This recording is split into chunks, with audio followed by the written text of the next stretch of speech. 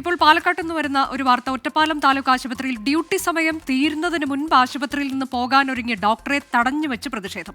Superintendent ചുമതല വഹിക്കുന്ന ഡോക്ടറെയാണ് നഗരസഭാ ചെയർപേഴ്സൺ ജാനകി ദേവിയുടെ നേതൃത്വത്തിൽ കൗൺസിലർമാർ തടഞ്ഞുവെച്ചത്. ശ്രീജിത്ത് ശ്രീകുമാരൻ വിവരങ്ങളുമായി. ശ്രീജിത്ത്, സൂപ്രണ്ടിന്റെ ചുമതല വഹിക്കുന്ന ഒരു ഡോക്ടർ ഇങ്ങനെ ചെയ്യുന്നു എന്നുള്ളത് ഗുരുതരമായ തെറ്റാണത്. എന്താണ് ഇപ്പോൾ സംഭവിക്കുന്നത് അവിടെ?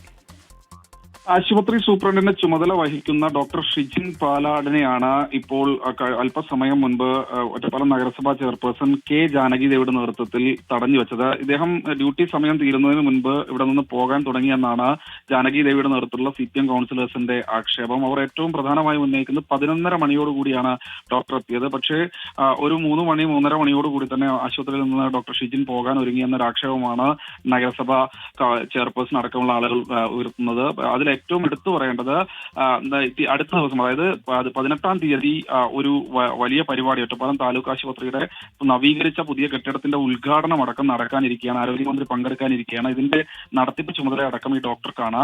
സൂപ്രണ്ടിന്റെ ചുമതല അദ്ദേഹമാണ് വഹിക്കുന്നത്. ആ സമയത്താണ് അദ്ദേഹം പെട്ടെന്ന് തന്നെ ഡ്യൂട്ടി സമയം തീരുന്നതിന് മുൻപ് മുങ്ങുന്നത് എന്നൊരു ആക്ഷേപമാണ് ഉയർത്തിയത്.